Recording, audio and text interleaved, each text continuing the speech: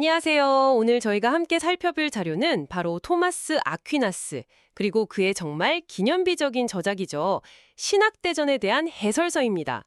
네, 13세기 유럽을 대표하는 신학자이자 철학자 아퀴나스의 세계 궁금하셨던 분들 많으실 텐데요.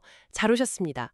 이 자료가 지적 대화를 위한 30분 고전 아퀴나스 신학대전 이거 발췌본인데요. 아퀴나스 개인의 삶부터 시작해서요. 그 유명한 신학대전이 대체 어떤 구조로 되어 있는지, 또 어떤 핵심적인 생각을 담고 있는지, 그리고 후대에는 어떤 영향을 미쳤는지까지 꽤 알차게 담고 있더라고요. 특히 자료를 이렇게 쭉 훑어보니까 신앙과 이성의 관계 설정 문제, 또 신의 존재를 어떻게 증명하려고 했는지, 그리고 어쩌면 가장 중요할 수 있는 인간의 행복이란 무엇인가, 뭐 이런 아퀴나스의 고민들이 중심 내어인 것 같아요. 네, 그렇죠. 사실 신학대전 원전 자체는 그 분량이 어마어마하고 내용도 깊어서 뭐랄까 선뜻 접근하기가 쉽지는 않죠. 그래서 오늘 저희는 이 해설서를 발판 삼아서요. 핵심 아이디어를 좀 뽑아내고 도대체 왜 이 책이 서양 사상사에서 이렇게 중요한 고전으로 평가받는지 그 이유를 좀 파헤쳐 보려고 합니다. 특히 아퀴나스가 당시에 정말 뜨거운 감자였을 텐데 이 신앙과 이성의 문제를 어떤 식으로 조화시키려고 했는지, 그리고 그 고민이 한 800년 정도 지났나요? 지금 우리에게 어떤 생각할 거리를 던져주는지 뭐 그런 걸 함께 탐색해보는 시간이 될 것 같습니다. 좋습니다. 그럼 어디 한번 중세 지성계를 뒤흔들었던 이 거인의 어깨 위에 살짝 올라서 볼까요? 우선 토마스 아퀴나스라는 인물 자체, 그리고 그가 살았던 13세기 유럽, 그 시대 분위기부터 좀 느껴봐야 할 것 같아요. 자료를 보면 아퀴나스가 1225년경 이탈리아 귀족 가문에서 태어났고 도미니코 수도의 소속이었다고 나오는데요. 당시 유럽은 지적으로 굉장히 역동적인 시기였던 모양이에요. 대학이라는 새로운 교육 시스템이 막 자리를 잡아가던 때라고 나오네요. 정확히 보셨습니다. 특히 파리 대학은 당시 유럽 학문의 뭐랄까 용광로 같은 곳이었어요. 그 이전까지는 학문이라는 게 주로 수도원이나 성당 부속학교, 우리가 스콜라라고 부르는 곳 중심이었는데 13세기에 들어서면서 여러 지역 출신의 학생과 교수들이 모여서 좀 더 자유롭게 토론하고 연구하는 대학, 즉 우니베르시타스라는 공동체가 형성된 거죠. 파리 대학은 그중에서도 신학과 철학 분야에서는 정말 중심지 역할을 했고요. 물론 지금 우리가 생각하는 종합대학과는 성격이 좀 다르긴 하지만 그 지적 탐구의 열기만큼은 정말 대단했던 곳입니다. 아, 그렇군요. 아퀴나스 역시 바로 이곳 파리 대학에서 공부하고 또 가르쳤다고 나오네요. 그리고 그의 스승으로 알베르투스 마그누스라는 인물이 아주 중요하게 언급되는데요. 이 시기가 바로 그 유명한 아리스토텔레스 철학이 서유럽에 다시 알려지면서 지성계에 큰 파장을 일으키던 때라고요. 자료를 보면 이슬람 세계를 통해 아리스토텔레스의 저작들이 라틴어로 번역돼서 들어왔다고 하는데 이게 당시 기독교 중심 사회에서는 꽤나 충격적이었을 것 같아요. 이교도 철학인데다 기존 신학하고 다른 부분도 많았을 텐데 말이죠. 아퀴나스는 이걸 어떻게 그렇게 과감하게 받아들여서 종합할 생각을 했을까요? 정말 중요한 지점을 짚어주셨네요. 실제로 당시 아리스토텔레스 철학의 유입은 엄청난 지적 흥분과 동시에 아주 심각한 논쟁을 불러일으켰습니다. 네.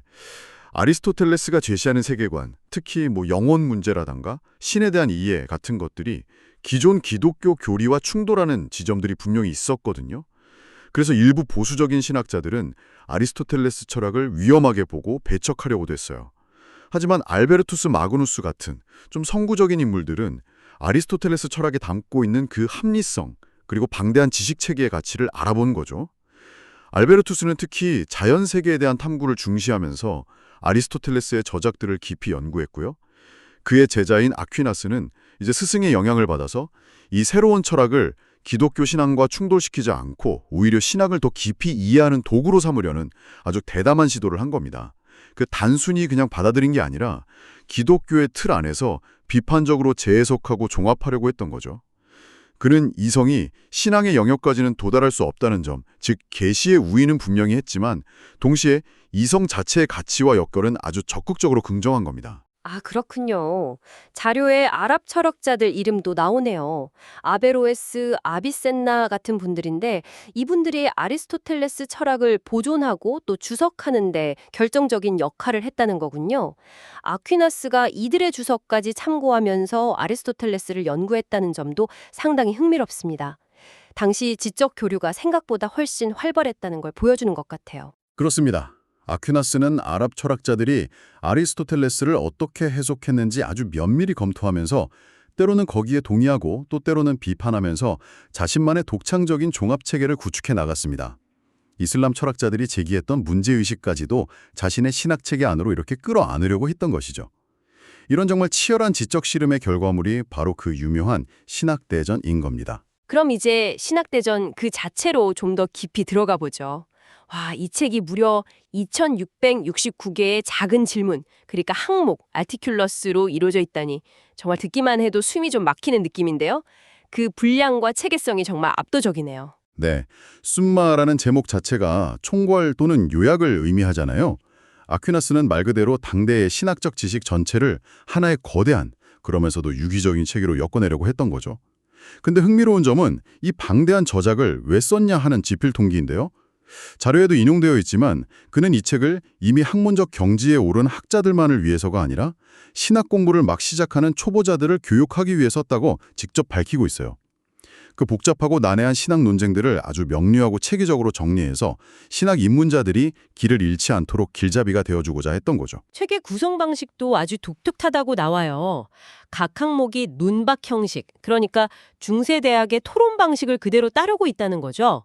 어떤 질문을 딱 던지고 먼저 반대 의견들, 비데투알 코드논, 인 것 같지 않다를 쭉 나열한 다음에 그 다음엔 권위 있는 문헌, 성경이나 교부들의 글을 인용하면서 자신의 입장, 세드 컨트라, 그러나 반대로 이를 간략하게 제시하고요. 이어서 자신의 본격적인 논증, 레스폰데로 디켄듐 쿼드, 나는 이렇게 답한다를 쫙 펼치고 마지막으로 맨 처음에 제시했던 그 반대 의견들을 하나하나 조목조목 반박, 에드 프리뭄, 에딕 세컨둠, 첫째 반론에 대해 둘째 반론에 대해 하는 식이라고요.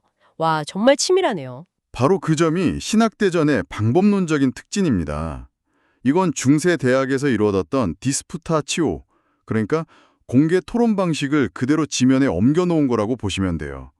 단순히 저자의 주장을 일방적으로 막 전달하는 게 아니라 제기될 수 있는 가능한 모든 반론과 이견들을 먼저 다 보여주고 그것들을 논리적으로 하나하나 격파해 나가는 과정을 보여주는 거죠.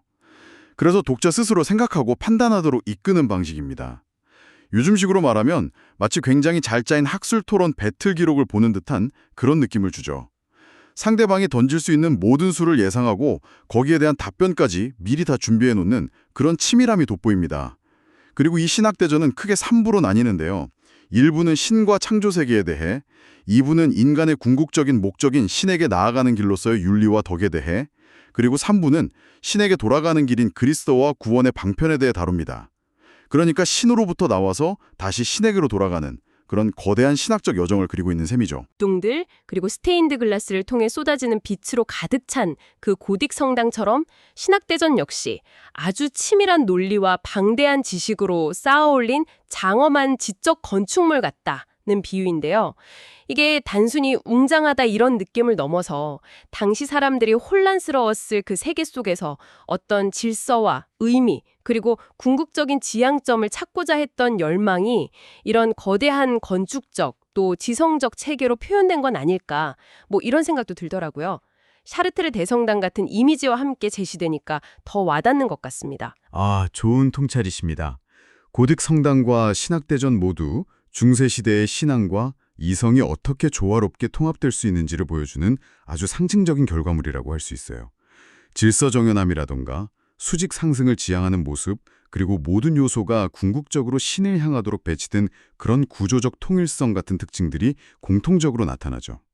둘 다 인간 이성의 능력과 신앙의 빛이 결합해서 만들어낸 그 시대 정신의 결정체라고 볼 수 있겠네요. 자, 그럼 이제 아퀴나스 사상의 가장 중요한 핵심 중 하나라고 할 수 있는 신앙과 이성의 관계로 넘어가 보죠.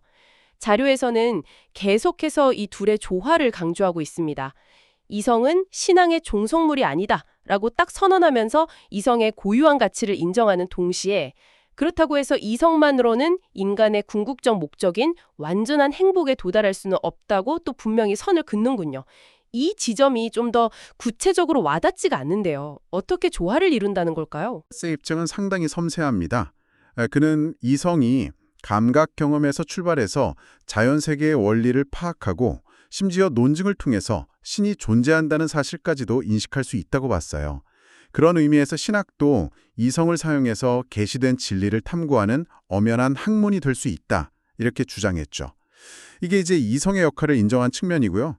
하지만 인간의 궁극적인 목적, 그러니까 영원한 생명 안에서 신과 하나가 되어서 누리는 완전한 행복, 이것은 인간 이성의 힘만으로는 결코 도달할 수 없는 영역이라고 본 겁니다. 이 궁극적인 행복을 위해서는 신의 자기 계시와 그리고 인간의 본성을 넘어서는 신적인 도움, 즉 은총이 반드시 필요하다고 강조했죠. 여기서 그 유명한 말이 나오잖아요. 은총은 자연을 파괴하는 것이 아니라 오히려 자연을 완성시킨다. 그라티아 나투람 논 톨릿 세드 프로피치트. 그러니까 신앙과 은총이 이성이나 자연을 억압하거나 폐기하는 게 아니라 오히려 그것들이 가지고 있는 잠재력을 최대한 발휘하게 하고 궁극적인 목적지로 이끌어서 완성시켜준다. 이런 의미입니다. 둘은 대립관계가 아니라 서로 다른 차원에서 상호 보완하면서 인간을 완성으로 이끄는 뭐랄까 두 개의 날개와 같다고 본 것이죠. 은총이 자연을 완성시킨다. 듣기에는 참 이상적인 조화박근데요. 그런데 신앙의 요구하고 이성적인 판단이 실제로는 부딪히는 지점도 분명히 있지 않나요? 예를 들어서 기적 같은 초자연적인 현상. 이거 이성적으로 설명하기는 어렵잖아요. 아퀴너스는 이런 긴장 관계를 구체적으로 어떻게 다루었는지 자료에 좀 더 파고드는 내용이 있을까요? 자료에서 아브라함이 이삭을 바치려고 했던 예시가 나오는데 이것이야말로 이성적 이해를 넘어서는 신앙의 요구를 보여주는 것 같거든요. 또는 완전히 이해하거나 증명할 수 없는 신비, 미스테리의 영역이 있음을 분명히 인정했습니다. 이런 진리들은 오직 신의 계시를 통해서만 알 수 있고 믿음으로 받아들여야 한다고 봤죠. 아브라함의 예처럼 신앙은 때로는 우리의 이성적인 계산이나 이해를 훌쩍 뛰어넘는 그런 신뢰와 순종을 요구하기도 하고요. 하지만 아퀴나스는 이성이 신앙의 신비를 증명할 수는 없더라도 그것이 불합리하지 않다는 것을 변증하거나 또 신앙의 진리로부터 어떤 논리적인 결론들을 도출해내는 데에는 이성이 아주 유용하게 사용될 수 있다고 생각했어요. 즉, 이성의 한계를 인정하면서도 신앙의 영역 안에서 이성이 할 수 있는 역할을 최대한 활용하려고 한 것이죠. 왜냐하면 신앙과 이성이 근본적으로는 동일한 진리의 원천이신 신에게서 나오기 때문에 결코 모순될 수 없다고 믿었기 때문입니다. 만약에 모순되는 것처럼 보인다면 그건 이성의 오류이거나 아니면 신앙의 진리를 잘못 이해했기 때문이라고 본 거죠. 그렇군요. 그럼 신존재 증명 문제로 넘어가 볼까요? 이것도 아퀴나스 하면 정말 빼놓을 수 없는 주제인데요. 자료에 따르면 그는 신존재가 그냥 자명하다 이렇게 바로 주장하는 대신에 우리가 경험하는 세계로부터 출발해서 신의 존재를 논증하는 5가지 길, 퀸케 위에를 제시했다고 하네요. 운동, 원인, 필연성, 완전성, 목적성이라는 5가지 관점에서요. 이건 어떤 접근 방식인가요? 네, 이 5가지 길은 모두 우리가 감각적으로 경험할 수 있는 현상들에서 출발합니다. 예를 들면 사물의 운동, 인과관계, 또 존재의 필연성이나 우연성, 그리고 완전성에도 등급이 있다는 것, 자연물들이 어떤 목적을 향해 움직이는 것 같은 그런 현상들이죠. 이런 경험적인 사실들, 즉 결과에서부터 거슬러 올라가서 그 궁극적인 원인을 추적해보면 필연적으로 스스로 움직이지 않으면서 다른 모든 것을 움직이게 하는 제1동자, 부동의 동자, 또 다른 원인에 의해 야기되지 않는 제1원인, 다른 것에 의존하지 않는 필연적 존재, 모든 완전성의 근원이 되는 최고 존재, 그리고 모든 것을 목적을 향해 이끄는 최고지성, 이런 존재에 도달하게 된다는 논증입니다. 즉, 경험에서 출발해서 이성적인 추론을 통해 신의 존재, 즉 원인을 입증하려는 후엄적 에이 포스테리어로 방식이죠. 다짜고짜 신존재를 믿으라고 요구하는 게 아니라 이성적인 사람이라면 누구나 동의할 수 있는 경험적 사실로부터 출발해서 논리적으로 신존재의 필연성을 보여주려고 한 겁니다. 하지만 흥미로운 점은 이렇게 이성적으로 신의 존재를 증명할 수는 있다 하더라도 신이 어떤 분인지 그 본질을 우리가 완전히 알 수는 없다고 명확하게 선에 긋는다는 점이에요. 신은 존재한다는 명제 자체는 그 자체로는 자명하지만 우리 인간의 유한한 인식 능력으로는 신의 무한한 본질을 파악할 수 없기 때문에 우리에게는 자명하지 않다, 이렇게 설명한다고요. 그래서 증명이 필요하다는 건데 이건 결국 이성의 한계를 다시 한번 확인하는 것 아닌가요? 그렇습니다. 바로 그 지점이 아퀴나스 신 인식론의 핵심이라고 할 수 있어요. 이성은 신이 존재한다는 사실, 안시까지는 도달할 수 있지만 신이 무엇인지, 즉 그 본질 자체를 완전히 파악하는 것은 불가능하다고 봤습니다. 왜냐하면 인간의 언어나 개념은 모두 이 유한한 피조물 세계에서 온 것이기 때문에 무한하고 초월적인 신의 본질을 담아내기에는 역부족이라는 거죠. 그래서 우리는 신에 대해서 긍정적으로 뭔가를 말하기보다는 오히려 신이 무엇이 아닌지를 말하는 방식, 이걸 부정신학이라고 하는데요. 이런 방식이나 혹은 피조물과의 유비, 즉 유사성을 통해서 간접적으로 말할 수밖에 없다고 했습니다. 그러니까 이성적 증명은 신 존재의 확실성을 제공하지만 신비의 영역은 여전히 남아있는 셈이죠. 이 신존재 증명과 이성의 한계에 대한 논의는 결국 인간의 행복 문제와 또 연결되는 것 같습니다. 아퀴나스는 인간의 궁극적인 행복이 이 세상의 부나 명예, 쾌락 같은 데 있는 것이 아니라 내세에서 신의 본질을 직접 대면하는 것, 즉 지곡직관에 있다고 보았다면서요. 아리스토텔레스도 행복을 이야기했지만 아퀴나스는 그 차원을 완전히 다르게 설정한 거네요. 네, 맞습니다. 아퀴나스는 이 아리스토텔레스 윤리학의 기본적인 틀, 즉 모든 인간 행위는 궁극적으로 행복을 추구한다는 그 목적론적 구조를 받아들여요. 하지만 아리스토텔레스가 철학적 관조라든가 덕 있는 삶 같은 이런 현세적인 활동에서 최고 행복을 찾았던 것과는 달리 아퀴나스는 인간의 지성과 의지가 가지고 있는 그 무한한 갈망은 오직 무한하신 신과의 직접적인 만남을 통해서만 완전히 충족될 수 있다고 본 겁니다. 이 세상의 어떤 유한한 소음, 즉 선도 우리를 완전히 만족시킬 수는 없다는 거죠. 따라서 인간의 궁극적이고 완전한 행복은 현세가 아닌 내세에서 그리고 이성이나 신앙을 통한 간접적인 인식이 아니라 신의 본질을 얼굴과 얼굴을 마주하여 직접 보고 아는 것, 즉 지복직관에서만 가능하다고 주장했습니다. 그렇다면 현세에서 덕을 쌓고 선하게 사려는 노력은 궁극적인 행복 앞에서는 좀 부질없는 것이 되는 걸까요? 자료에서는 감각적 쾌락 역시 행복의 본질은 아니라고 분명히 선을 긋고 있고요. 결코 그렇지 않습니다. 아퀴나스에게 현세에서의 덕스러운 삶, 그러니까 이성을 통해서 정의, 용기, 절제, 지혜 같은 이런 자연적인 덕을 실천하고 선을 행하는 것은 매우 중요해요. 이것은 그 자체로는 물론 불완전하지만 참된 행복의 일부이고요. 또 궁극적 행복인 지복직관에 이르기 위한 필수적인 준비 과정이라고 봤습니다. 다만 인간의 힘만으로는, 즉 이성과 자연적 덕만으로는 그 최종 목적지에 도달할 수 없기 때문에 신의 은총과 또 그 은총에 의해서 주어지는 초자연적인 덕, 즉 믿음, 소망, 사랑, 향주삼덕이라고 하죠. 이 세 가지의 도움이 반드시 필요하다고 본 것입니다. 다시 말해서 이성과 자연적 덕은 은총과 초자연적 덕을 통해서 완성되어야만 인간을 궁극적인 행복으로 이끌 수 있다는 것이죠. 현세의 노력을 무시한 것이 아니라 그것의 한계를 지적하고 더 높은 차원으로의 완성을 제시한 것입니다. 와, 이렇게 정말 거대한 사상체계를 세운 아퀴나스, 그가 후대에 미친 영향은 어느 정도였을까요? 자료를 보면 그의 사후 신학대전은 카톨릭 신학의 거의 표준처럼 여겨졌고 수많은 언어로 번역되고 연구되었다고 나오네요. 심지어 20세기에만 관련 연구 서적이 90권 이상 출판되었다는 언급도 있어요. 대단하네요. 실로 엄청난 영향력이었습니다. 그의 사상은 토미즘이라는 이름으로 체계화되어서 아주 오랫동안 카톨릭 교회의 공식적인 철학 및 신학의 근간을 이루었습니다. 1567년에는 교황 비오 5세를 의해서 4대 라틴 교부, 그러니까 암브로시오스, 아우구스티누스, 히에로니무스, 그레고리우스 1세와 동급의 교회 학자, 독터 에클레지에로 선포될 정도였으니까요. 그 위상을 짐작할 수 있죠. 그의 영향력은 신학계를 넘어서 철학, 법학, 정치사상 등 정말 다양한 분야에 미쳤고요. 유럽을 넘어서 아메리카, 아시아까지 확산되었습니다. 예를 들어 자료에도 언급된 16세기 말 중국 선교사 마테오 리치 같은 경우 아퀴나스의 자연신학, 특히 신존재증명 논증 같은 것들을 활용해서 유교 문화권의 기독교를 소개하려고 시도했습니다. 그가 제작한 고녀만국전도는 동서 문명 교류의 상징으로 잘 알려져 있는데 그 배경에는 아퀴나스적인 사유 방식, 즉 이성을 통해 보편적인 진리에 접근하려는 노력이 깔려 있었다고 볼 수 있습니다. 종교개혁과 마르틴 루터와의 차이점도 간략하게 지적하고 있네요.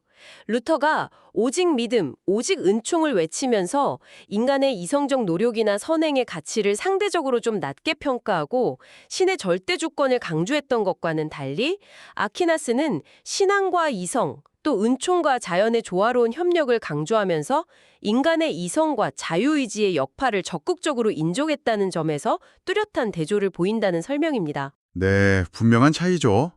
이처럼 아퀴나스의 사상은 중세라는 특정 시대를 넘어서 신앙과 이성, 종교와 학문, 또 인간의 의미와 궁극적 목적 등 인류가 오랫동안 고민해온 아주 보편적인 질문들에 대해 깊이 있는 답변을 제시합니다. 그렇기 때문에 단순히 과거의 유물로 치부될 수가 없는 것이죠. 오늘날에도 그의 저작이 끊임없이 연구되고 또 재해석되는 이유가 바로 여기에 있습니다. 그의 사유 방식 자체가 우리에게 많은 것을 시사해 준다고 생각해요.